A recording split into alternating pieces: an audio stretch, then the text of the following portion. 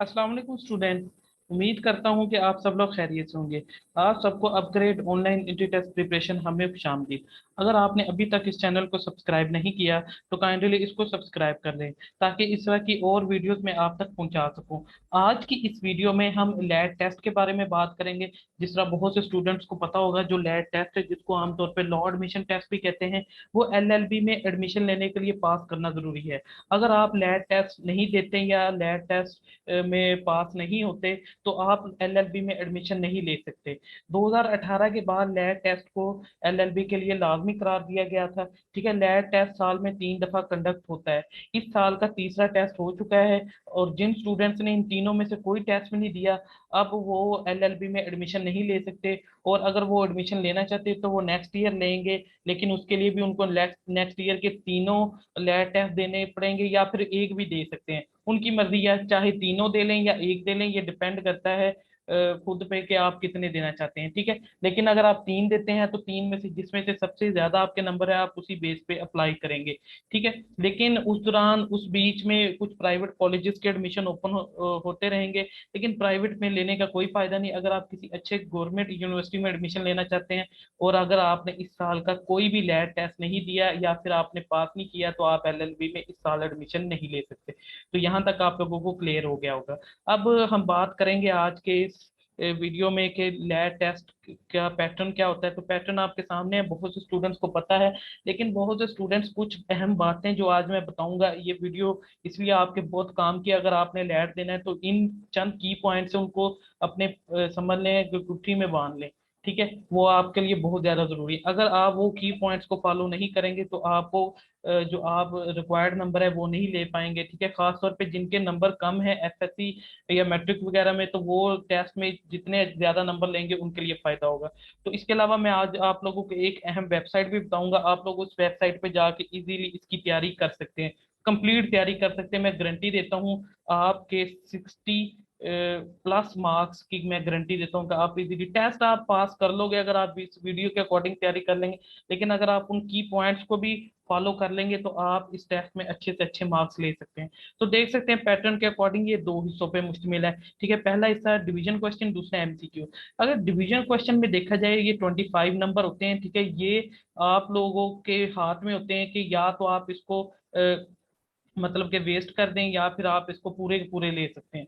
तो इसके लिए चंद अहम की पॉइंट्स है जो बहुत ज्यादा जरूरी है। अगर आप ये 25 नंबर सेव कर लेते हैं तो यहाँ से आप जितने ज्यादा ले लेंगे ये बोनस है, ये 25 बोनस है। यहाँ से जितने भी ले लेंगे, यहाँ से सपोज आप तकरीबन 75 में से आप 40 नंबर भी लेते हैं एमसीक्यूज में, तो यहाँ से अगर आप 25 के 25 ले लेते हैं तो आप क्या है, इजीली 70 नंबर को सिक्योर करते हैं। तो ये नंबर बोनस है, ये आपके हाथ में, आप इसको वेस्ट करते हैं या इसको गेन करते हैं, ये आप पे डिपेंड करेगा।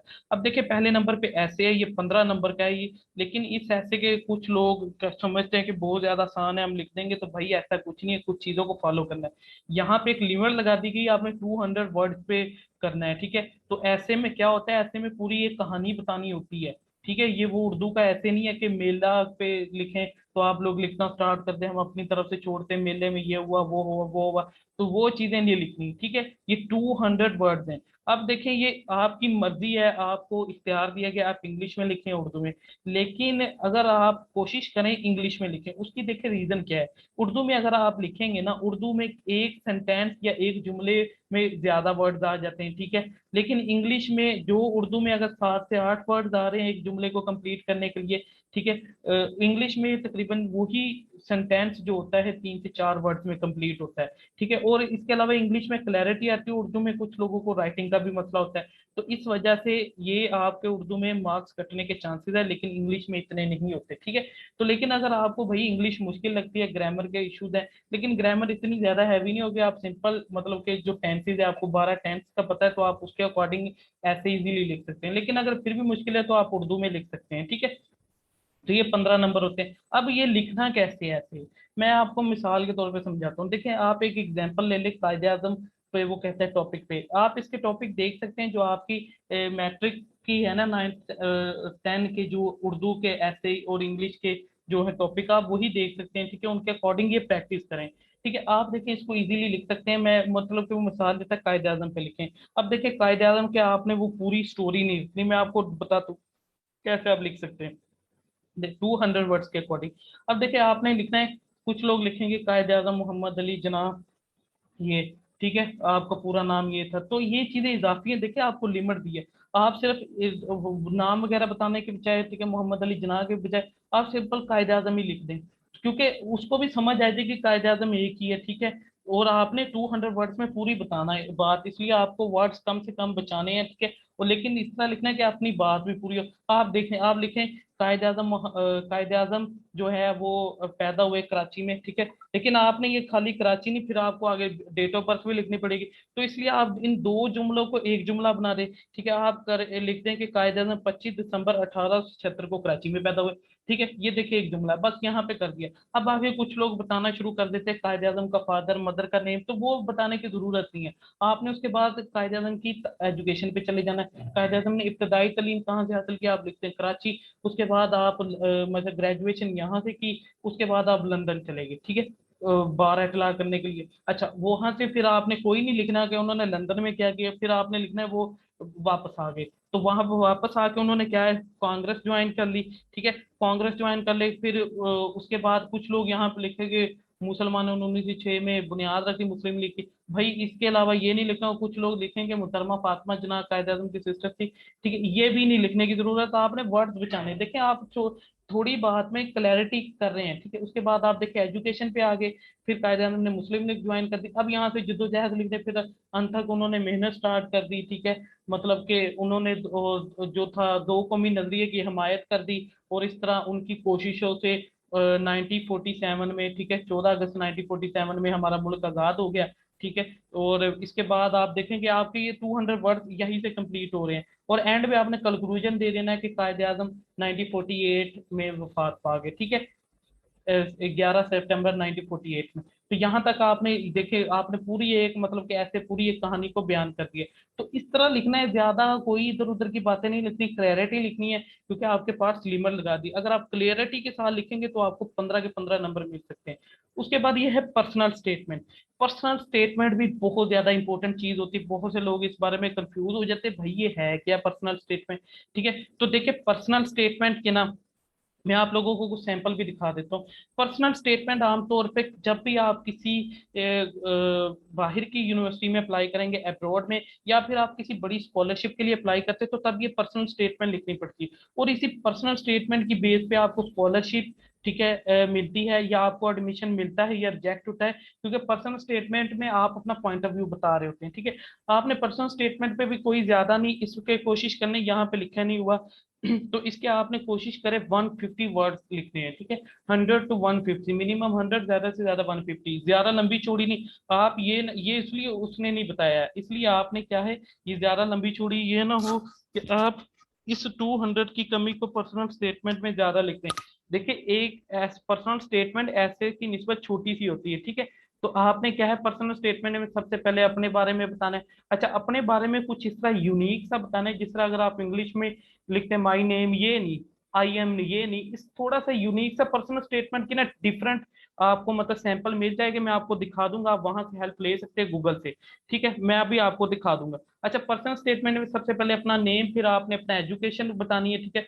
और पूरी बताने की जरूरत नहीं है, ठीक है, आपने बताना है कि मैंने मैट्रिक यहाँ से की, और स्कूल वगैरह नहीं, मतलब इस सन और इतनी परसेंटेज के साथ और एफएससी अगर आपका रिजल्ट आया तो ठीक है, नहीं इसके अलावा अगर आप कोई मतलब कि एक्स्ट्रा एक्टिविटीज कर रहे हैं, ठीक है, मतलब कि जो आपकी एक्टिविटीज है वो हॉबीज है वो बता दे और फिर आपने यहाँ पे ये चीज लाजमी बतानी है, ठीक है, आप एलएलबी को क्यों चूज करना चाहते हैं, ठीक है। और एलएलबी जिस मतलब कि आप फिर साथ में वो यूनिवर्सिटी भी मेंशन कर दें कि मैं लैट टेस्ट पास करके इस यूनिवर्सिटी में मतलब कि एडमिशन लेना चाहता हूँ, तो आपने एलएलबी के बारे में बताना है मतलब, और अपने यूनिवर्सिटी का भी बता दें, आगे आपने ये चीज बतानी है। लेकिन ये कम से कम इसमें सबसे ज्यादा क्लैरिटी होनी जरूरत है। पर्सनल स्टेटमेंट की बेस पे आप इसमें आराम से 10 नंबर ले सकते हैं। आपको यहाँ तक आई थिंक समझ आ गई होगी पर्सनल स्टेटमेंट में, मतलब अपने बारे में बताना है, लेकिन ये नहीं कि अपनी पूरी कहानी बता देनी, सिर्फ अपना मतलब कि थोड़ा सा इंट्रो देना है कि अपना मतलब कि तकरीबन 50 से 60 वर्ड में अपनी पूरी हिस्ट्री बता देनी है। ये मुश्किल बहुत होता है,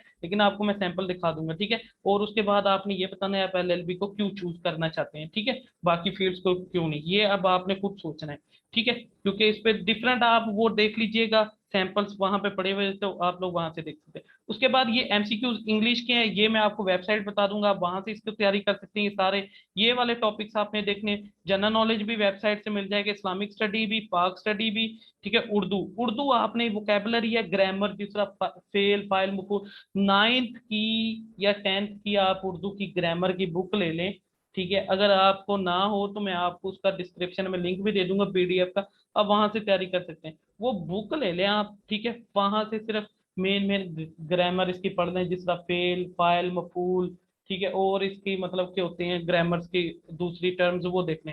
उसके मैथमेटिक्स, ये भी वेबसाइट में आपको बता दूंगा, वहां से जाके तैयार कर सकते हैं।